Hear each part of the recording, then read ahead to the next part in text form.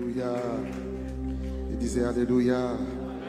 Gloire à Jésus. Est-ce qu'on peut encore bénir le nom du Seigneur en l'acclamant très fort? Est-ce que tu peux joindre tes deux mains pour gloire, honneur à Jésus de Nazareth, à Jésus le Christ. Alléluia. Gloire à Dieu. Je suis dans la joie d'être là. Merci. Merci au Seigneur pour vraiment cette cadre. Quelle grâce. Je sens déjà le débordement hier. Quand je suis rentré, nous sommes rentrés à l'hôtel. Vous savez, je suis en train en même temps de terminer un cursus de doctorat. Et c'est à la fin, donc je finis tout. On finit tout le mardi là, qui arrive. Donc en même temps, on est dans les séminaires, dans les conférences. En même temps, les nuits, c'est des travaux, c'est des devoirs. Et hier, après avoir reçu la grâce du doctorat, après de la grâce du débordement, ma thèse a été validée hier. Je me suis mis à danser. J'ai dit, waouh! Non, ne sois pas jaloux. Acclame le Seigneur. Amen. Donc, le débordement est réel. Ah non, je vous dis, peut-être pas pour toi, mais pour moi, c'est réel. Non, tu ne peux pas venir en cadre et rentrer tel que tu es venu. Je le disais, je ne suis pas seulement venu prêcher, je suis venu recevoir. Hier, j'ai fait des pas de danse. Je suis devenu un danseur à cause du débordement. Tout ça parce que Dieu a appelé un homme à qui il a confié une vision. Et si nous sommes tous ici, c'est parce que Dieu a appelé un homme. Et nous voulons bénir le Seigneur pour sa vie. L'apôtre Oscar Ewolo, ainsi que son épouse, le pasteur Audrey. En fait, ton acclamation m'embête un peu. Je ne peux pas être béni autant et ne pas rendre grâce à Dieu pour les canaux par lesquels il passe. Merci au prophète Lucien.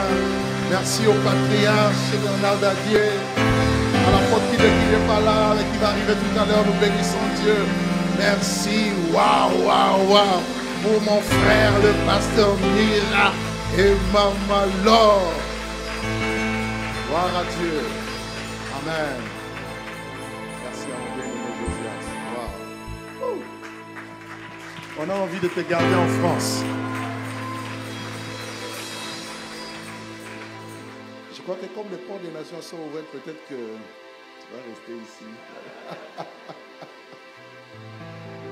Alléluia. Lève-vous simplement nos mains vers Dieu. Nous rendons grâce à Dieu par un cantique simplement. Et nous voulons entrer dans la parole de Dieu.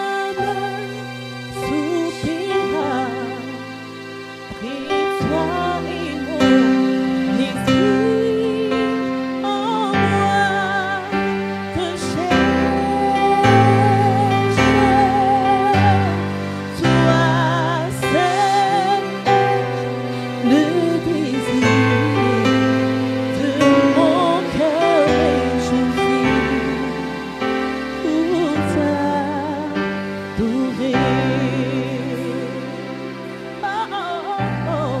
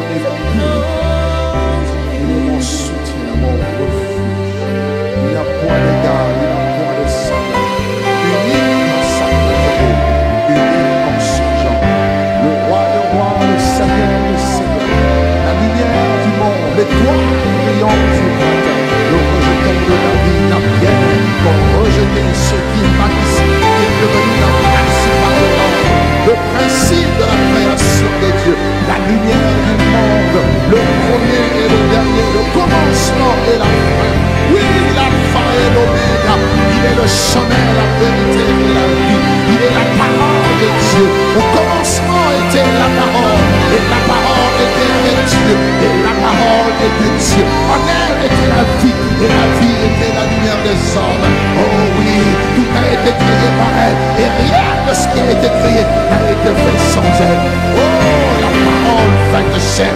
Oui, la Bible déclare que la parole a été faite chair, et a habité parmi nous plein de grâce et de vérité. Et nous avons contemplé sa gloire, nous avons contemplé sa gloire comme une gloire unique, venue de Dieu le Père. Oui, il est l'image du Dieu invisible, il est le reflet de la gloire du Père, il est l'empreinte de sa personne. Non, je parle de Jésus-Christ de Nazareth. Je ne parle pas d'un homme, je ne parle pas d'une religion, je ne parle pas d'une dénomination, je ne parle pas d'une organisation, je parle de l'auteur de la vie, je parle de celui qui a quitté le ciel, qui est venu sur cette terre. Il est venu porter le péché de l'humanité, il est mort à la croix, il a été enterré, mais la mort n'a pas pu le retenir dans le sein de la terre. Le troisième jour, la tombe a été soto, la pierre a été roulée, la terre a tremblé, et la Bible déclare: Jésus est ressuscité le troisième jour par la puissance de Dieu, par la gloire de Dieu. Il n'est plus dans le tombeau, il n'est plus dans le tombeau, il est vivant, il est ressuscité entre les morts. Son nom c'est Jésus. Est-ce que le peuple de l'Orient peut m'aider à glorifier, à célébrer, à magnifier, à acclamer, à pousser les cris de joie vers le rocher de notre salut? Oh,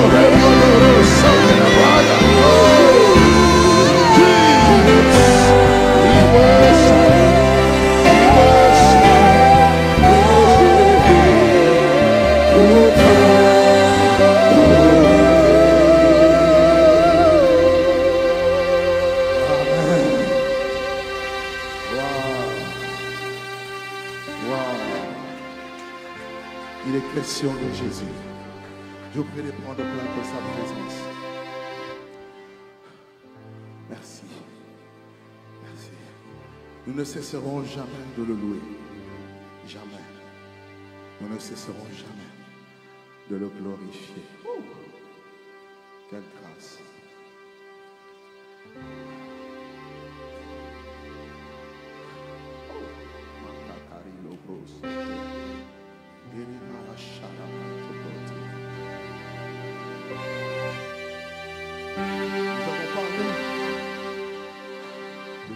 Sur Isaïe chapitre 60,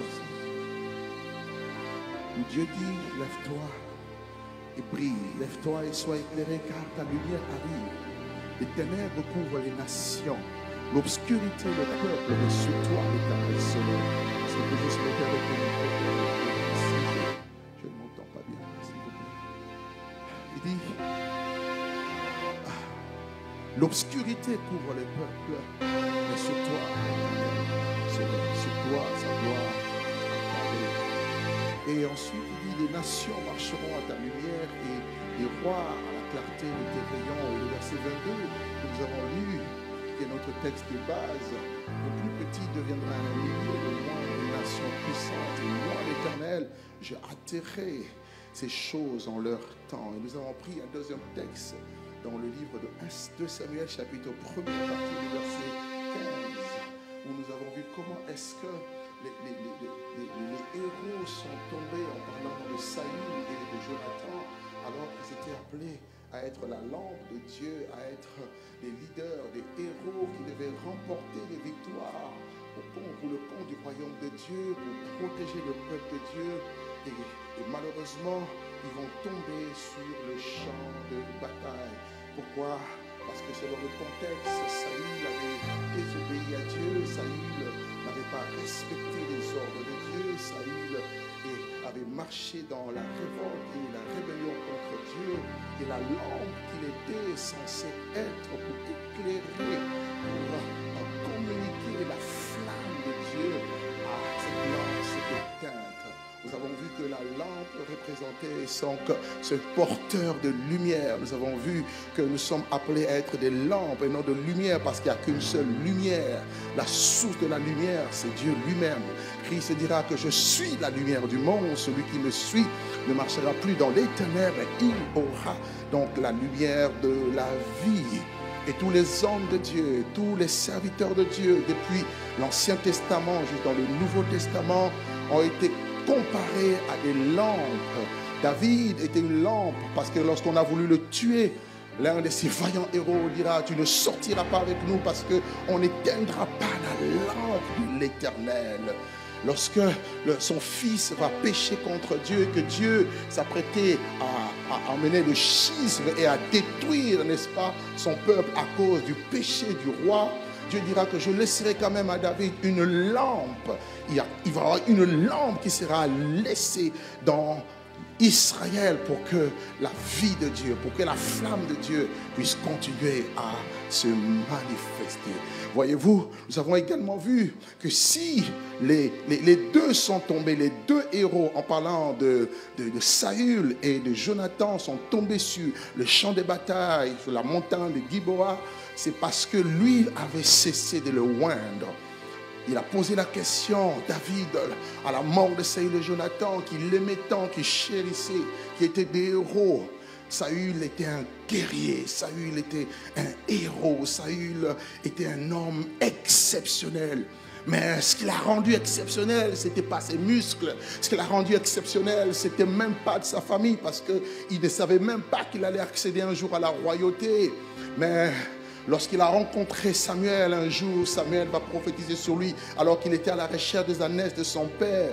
Il dira: lorsque tu monteras, tu croiseras une garnison de prophètes et l'Esprit de Dieu, l'Éternel, se saisira et tu prophétiseras avec eux, tu prophétiseras comme eux et tu seras changé en un autre homme. On a vu que quand l'Esprit de Dieu vient, quand l'Esprit qui est comme l'huile sur la lampe, cette lampe éclaire, cette lampe luit, cette lampe brûle dans un lieu obscur. Cette lampe fait en sorte que nous puissions apporter, plutôt avoir de grandes victoires. C'était le cas de Saül. Mais l'huile a cessé de le oindre. Et ma prière est que l'huile ne s'arrête jamais dans ta vie. Que l'huile de Dieu ne s'arrête jamais dans ta maison, dans ton ministère. Que l'huile ne s'arrête jamais. Quand l'huile s'arrête, il n'y a plus de miracle. Quand l'huile s'arrête, l'Esprit de Dieu ne peut plus être en mouvement, en action, en activité. Et Saül est mort. Les héros sont tombés. Nous sommes dans un temps où les héros, certains héros sont en train de tomber parce qu'il y en a qui ont perdu l'huile. Il y en a qui se sont déconnectés du Seigneur. Il y en a qui ont perdu la grâce de Dieu. Mais cela ne sera pas ton cas. Cela ne sera pas ton partage. Et David, en composant ce cantique funèbre, il pleure en disant: pourquoi les héros sont tombés? Il dit: parce que lui, il a cessé de le oindre.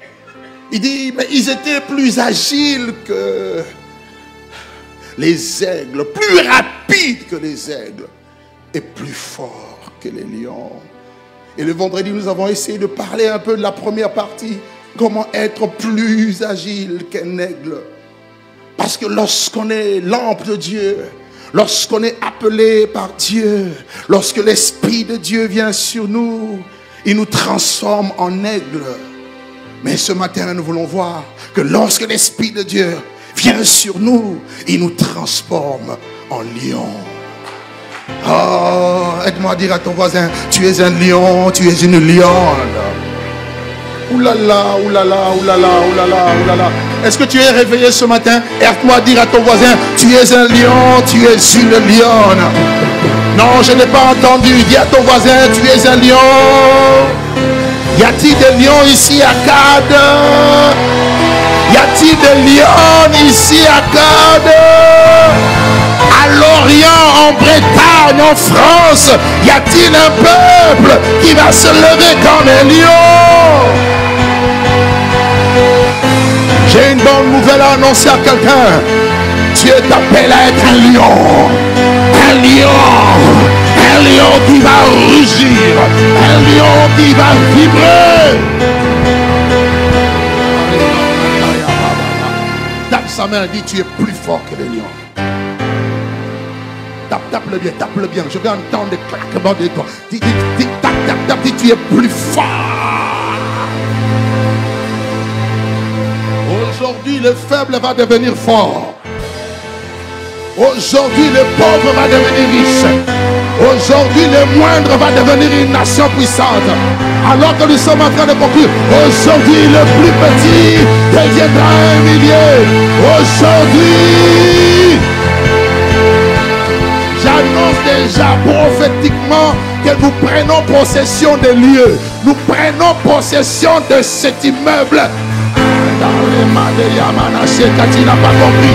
J'ai dit à quelqu'un, tu n'as pas compris. J'ai dit à quelqu'un, tu n'as pas compris. Le débordement commence.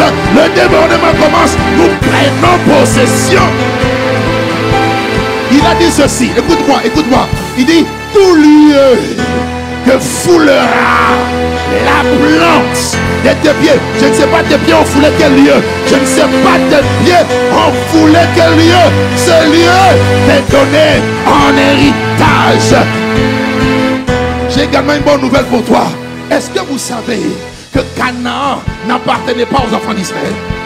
Canaan était un héritage de Cananéens, était un héritage des Jébusiens, des Phérésiens. Mais Dieu a fait un transfert. Pendant le débordement, il y a des transferts de grâce, il y a des transferts de faveur, il y a des transferts de bénédiction. Dieu va arracher entre les mains de l'ennemi et il le met entre tes mains. Ça se passe ici. Ici et maintenant. Ça se passe ici. Seulement celui qui va saisir la parole en disant Amen veut dire qu'il en soit ainsi. Si tu ne dis pas Amen, ça va passer vers ton voisin. Mais si c'est de toi qu'il est question, je vous ai dit non. Hier j'ai reçu. Le soir je rentre, je commence à danser. C'est ma femme qui me calmait. Elle dit arrête-toi un peu. Frère, quand tu as souffert, quand tu as lutté, quand tu as bavé, quand tu as vu des nuits blanches et que tu vois aujourd'hui ce que Dieu est en train de faire, non, tu ne peux que abonder en action de grâce, abonder en célébration, abonder en louange, abonder en cri de joie. J'ai du respect pour toi. Tu sais pourquoi? Parce que c'est lui qui est en toi. C'est lui le lion. Dis à ton ami le lion. Je vais aller vite. Je vais respecter mon temps. Parce que après avoir reçu toutes ces choses, on ne va pas encore trop parler. Là, c'est maintenant plus de déclaration, d'activation. Tu vas prendre des clés, tu vas activer. Tu vas prendre des clés, tu vas ouvrir. La parole est dans ta bouche, dans ton cœur. C'est une parole de foi. Quand tu reçois, tu captes. Tu dis Amen. Ne me dis pas que tu es trop intelligent, tu es trop sage. Non, à l'église, ils font du bruit. Tu as vu quand PSG a gagné? Est-ce que tu as vu quand le Paris Saint-Germain a gagné? J'ai vu des gens qui ne parlent pas, des gens qui ne font pas de bruit. Ils étaient là-haut en train de célébrer. Ici, il y a plus que PSG. Ici, il y a plus que le champion des champions. J'ai dit le champion des champions, c'est Jésus-Christ de Nazareth. C'est lui le lion. Ah oui. Alors écoute ceci. Dieu veut faire de toi un lion. Qui est un lion? J'ai regardé dans la Bible. Le lion, c'est l'animal le plus cité dans la Bible. Le lion représente 1, la force. Tu deviens fort. 2, le lion représente le pouvoir. Il a dit, je vous ai donné le pouvoir de marcher sur les serpents, les scorpions et sur toute la puissance de l'ennemi. Rien ne pourra te nuire. Le lion représente la royauté. Il a fait de toi un royaume, des rois et des sacrificateurs. Le roi, le lion représente l'autorité. Tout pouvoir a été donné dans le ciel comme sur la terre. Le lion représente le courage. Il dit ceci. Lève-toi et prends courage. Que ce livre de la loi ne s'éloigne pas de ta bouche. Médite-le jour et nuit pour agir fidèlement selon tout ce qui est écrit. C'est alors que tu auras du succès dans tes entreprises. C'est alors que tu réussiras. Je vois quelqu'un qui est en train de réussir. Parce que les lions n'échouent pas. Les lions n'échouent pas. Le lion, c'est la détermination. Tu vas être déterminé. Tu n'es pas quelqu'un qui va s'arrêter. Tu n'es pas un homme aux œuvres inachevées. Dieu achèvera son œuvre. Si Dieu achève, il dit aussi, Zorobabel, ses mains ont fondé cette maison, ses mains l'achèveront. Je suis venu dire à quelqu'un, tu es dans la catégorie de ceux qui achèvent l'œuvre qui commence, parce que tu es un lion. La Bible présente, asseyez-vous quelques instants. La Bible présente le lion comme étant le roi des animaux. Proverbe 30, verset 30. La Bible dit ceci. Le lion, le héros des animaux, ne reculant devant qui que ce soit. Un lion ne recule pas. Un lion est un héros. Un héros, c'est celui qui se distingue. Oui, nous sommes nombreux, mais la distinction, c'est sur toi. Vous verrez de nouveau la différence entre les justes et les méchants, entre ceux qui servent Dieu et ceux qui ne le servent pas.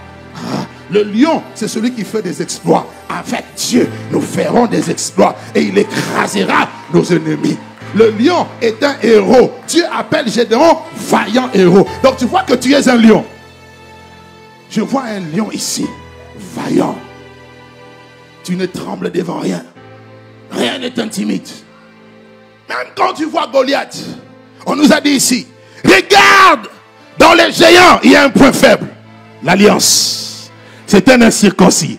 Quel est cet incirconcis qui ose insulter l'armée du Dieu vivant? Toi, tu marches contre moi avec la lance et le javelot. Mais moi, je marche contre toi avec le nom de l'Éternel. C'est ça le lion. Le lion ne recule pas. Nous n'allons pas reculer, apôtre. Nous n'allons pas reculer. Nous allons foncer. Nous allons avancer. Nous allons attaquer. Le temps de l'attaque est arrivé. L'église a trop subi. C'est fini le temps où je subis.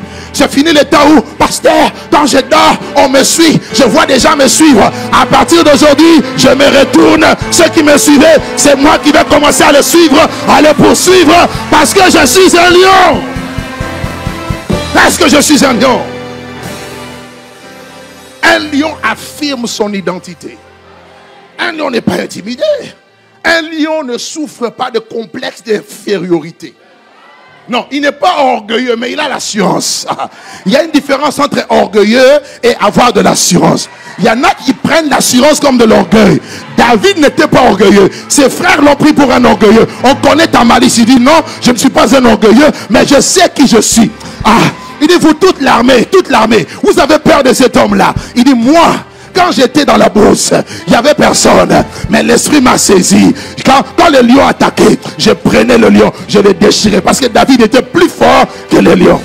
Tu ne m'as pas compris. Il dit quand l'ours venait, j'ai arraché la brebis entre ses pattes. Parce que j'étais plus fort que le lion. Le Dieu de tes expériences cachées, ce sera le Dieu des expériences publiques. Quelqu'un ne m'a pas compris. Les choses que tu vois avec Dieu dans le secret, c'est les choses qu'il va faire avec toi en public. Crie avec moi, je suis un lion. Non, je n'ai pas entendu, je suis un lion.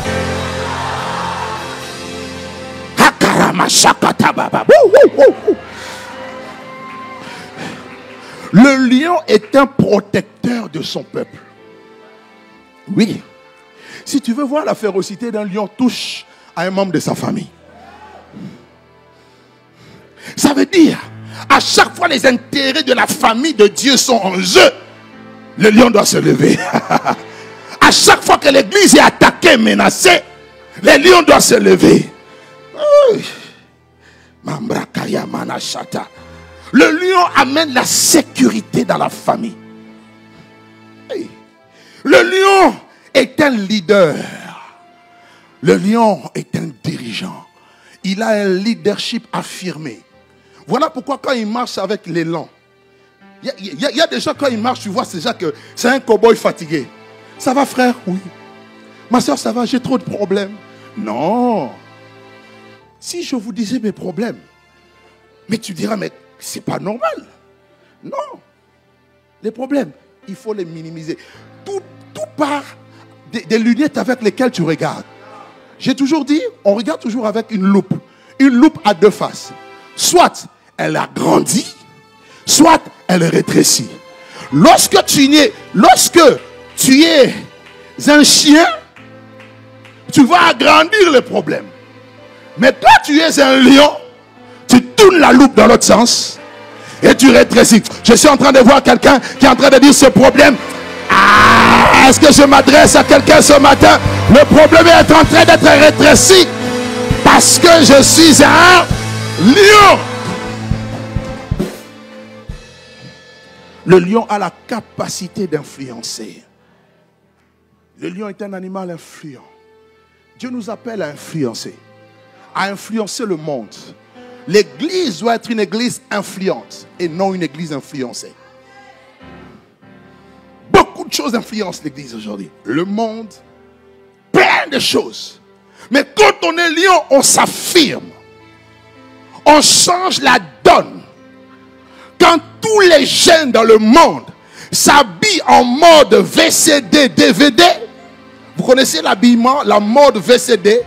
VCD, c'est ventre, cuisse dehors.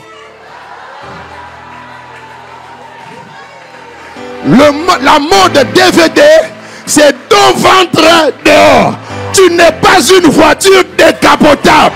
Ah, j'aimerais dire à quelqu'un ce matin, crée une ligne de vêtements et impose-toi. Impose-toi. Est-ce que je peux me parler à quelqu'un? Nous allons nous aimer. Non, je ne t'entends pas, je ne t'entends pas. Tape la main de ton voisin, dis nous allons nous aimer.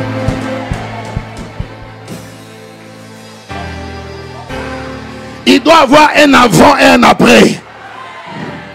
Quand je parlais avec mon bishop, le chantre Josias, il était dans le monde. Il y avait un avant, mais aujourd'hui il y a un après.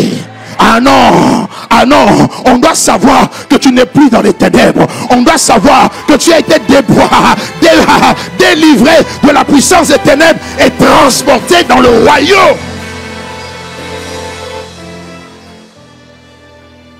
Lève ta main comme ça, dis je m'impose. Non, dis-le avec assurance. Dis encore, je m'impose. Partout où l'église s'installe, l'église s'impose.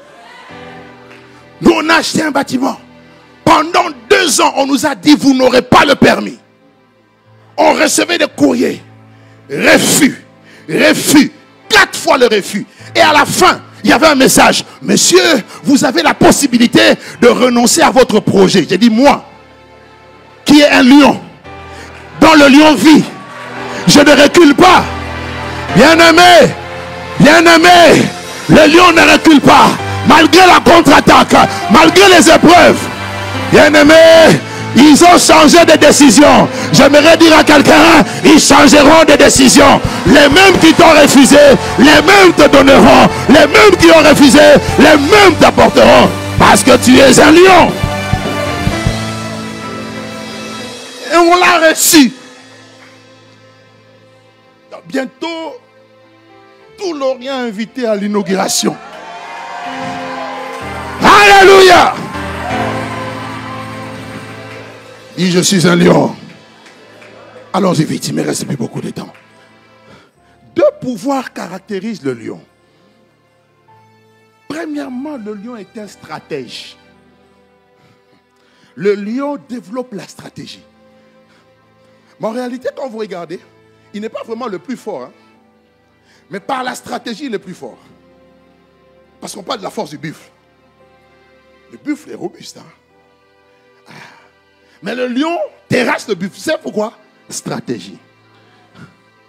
La stratégie, c'est la sagesse. Quand tu as la sagesse, tu es plus fort que quelqu'un qui a le muscle. Quand tu as la stratégie financière, tu sauras comment dompter tous les événements compliqués de la vie. Parce que dans ce monde, même si tu es spirituel, tu vis dans un monde matériel. Parce qu'après avoir crié Amen, mon frère, tu as des factures à payer. Non, n'oublie pas ça. Tu as de vrais challenges. Moi, j'écris Amen comme ça. Il y a des pressions, des factures à payer. Mais il faut dire avec moi la stratégie. Que Dieu donne à quelqu'un ici les stratégies. Dans n'importe quelle situation, tu as besoin de stratégies. Que Dieu t'inspire. On nous a donné un exemple. Quelqu'un d'un jeune de 32 ans. Il n'avait rien, mais Dieu lui a donné des stratégies. Il est devenu multi. Que Dieu te donne des stratégies pour savoir comment planifier, comment coordonner les choses, comment mettre des actions en place pour un but précis. Que la sagesse de Dieu, par le Saint-Esprit, mais aussi la sagesse par ton cerveau. Tu as la sagesse de l'esprit et tu as la sagesse de ton cerveau. Chrétien, le Saint-Esprit n'annule pas ta réflexion. Le Saint-Esprit n'annule pas le cerveau. Ne sois pas quelqu'un qui dit, moi je prie seulement. Après avoir prié, réfléchis. Après avoir prié, prends un papier, prends un stylo, établis un plan. Assois-toi. Ah, si quelqu'un veut bâtir une tour, il s'assoit, il calcule la dépense pour savoir s'il a de quoi terminer la tour. Stratégie. Saint-Esprit donne à ton peuple des stratégies. Des stratégies pour pénétrer les nations. Des stratégies pour gagner des terrains. Des stratégies spirituelles. Deuxième chose.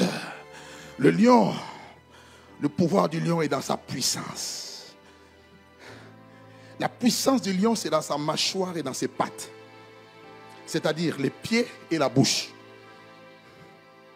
Oui. Le lion est puissant. Voilà pourquoi ton Dieu t'appelle aussi à être puissant. Nous ne sommes pas de la race de faibles. Tu dois être puissant en parole, c'est-à-dire mâchoire. Puissant en œuvre, les pattes, les mains, comme Jésus. Les deux choses qui vont nous distinguer, c'est la puissance en parole et la puissance dans les actes, dans les œuvres. Ça, c'était la caractéristique de Jésus. Voilà pourquoi, prophétiquement parlant, on appelait Jésus le lion de la tribu de Juda. Vous savez pourquoi? Parce que Jacob avait eu plusieurs enfants. Et le quatrième enfant de Jacob s'appelait Juda, qu'il avait eu avec Léa. Quand Léa a donné naissance à Juda, Léa a dit, cette fois, je louerai l'Éternel. Donc, pour être lion, il faut être un loueur. Je ne sais pas si le mot est juste. Corrigez-moi avec le français. Pour être lion, tu dois savoir glorifier, élever les hauts faits de Dieu sans regarder les réalités de la terre, les réalités de l'ennemi qui t'entoure. Léa dit, cette fois-ci, je louerai l'Éternel. Et cet enfant s'appellera Judas. Y a-t-il des loueurs ici? Y a-t-il des adorateurs ici? Les lions sont des loueurs. Les lions sont des adorateurs. Une prophétie est sortie, papa. Jacob, avant de mourir, il a dit des paroles prophétiques sur chaque enfant. Genèse chapitre 49, le verset 8. Il dit, Judas, tu recevras des hommages de tes frères. La main de Judas sera sur la nuque, sur la tête de ses ennemis. Quand ta main sur la tête de ses ennemis, ça veut dire que tu le maîtrises. Ça veut dire que tu l'as assujetti. Il dit, Judas est un jeune lion. My God, ça veut dire, la louange t'amène dans la dimension d'un lion. Parce que Dieu siège au milieu de la louange de son peuple. Non, tu ne m'as pas compris, tu ne m'as pas compris. Je dis à quelqu'un, tu ne m'as pas compris. Dieu siège au milieu de la louange de son peuple. Je vois quelqu'un qui commence à danser. Je vois quelqu'un qui commence à célébrer. Parce que le lion est en train de se lever. Le roi fait son entrée. Aïe, aïe. Le roi, le roi, le roi. Y a-t-il des lions ici?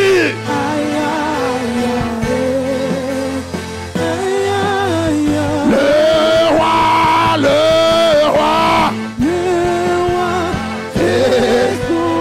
Aïe, aïe, aïe, aïe, aïe, aïe. Aïe, aïe, aïe, aïe, aïe, aïe, aïe, aïe. Danse, danse, danse, danse. Paul et Silas étaient en train de danser. Hey! Les portes de prison se sont ouvertes.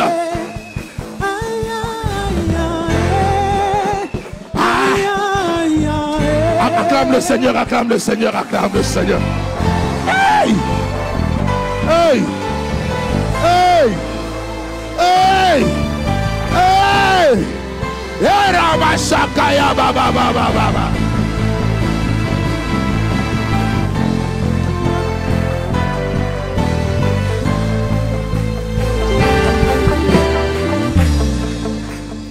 Je veux te prouver.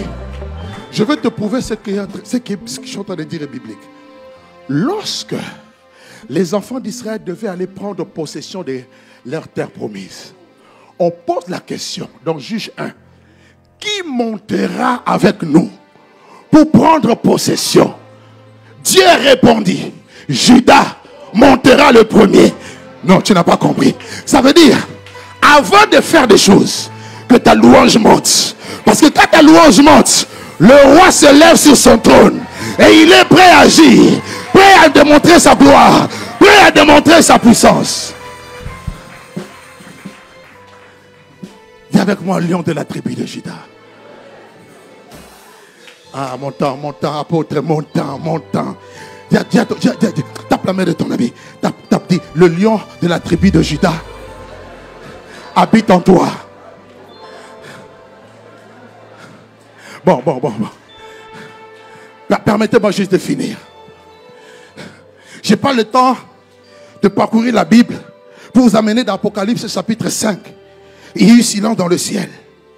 J'ai envie un livre que personne ne pouvait ouvrir. C'est les de 7 sceaux. Ils pouvaient ni les regarder, ni l'ouvrir. J'en commençais à pleurer beaucoup. Parce qu'il n'y avait pas de vainqueur. Il n'y avait pas de vainqueur. Le livre cachait des secrets. Il dit, je pleurais beaucoup. Parce que personne ne fut trouvé digne d'ouvrir le livre et de rompre les 7 sceaux. Mais un des vieillards me dit, ah, ne crains point, ne pleure point, car voici, je dis à quelqu'un, voici, le lion de la tribu de Juda, le rejeton de David, a vaincu pour ouvrir le livre et de rompre les 7 sceaux. Aramashakataba, c'est lui le vainqueur. Et si le vainqueur est en toi, laisse-moi te dire, le lion en toi rugit. Toi, ouvre seulement la bouche pour rugir. Non, tu n'as pas compris. La Bible dit, dans Amos 3, le lion rugit. Qui ne serait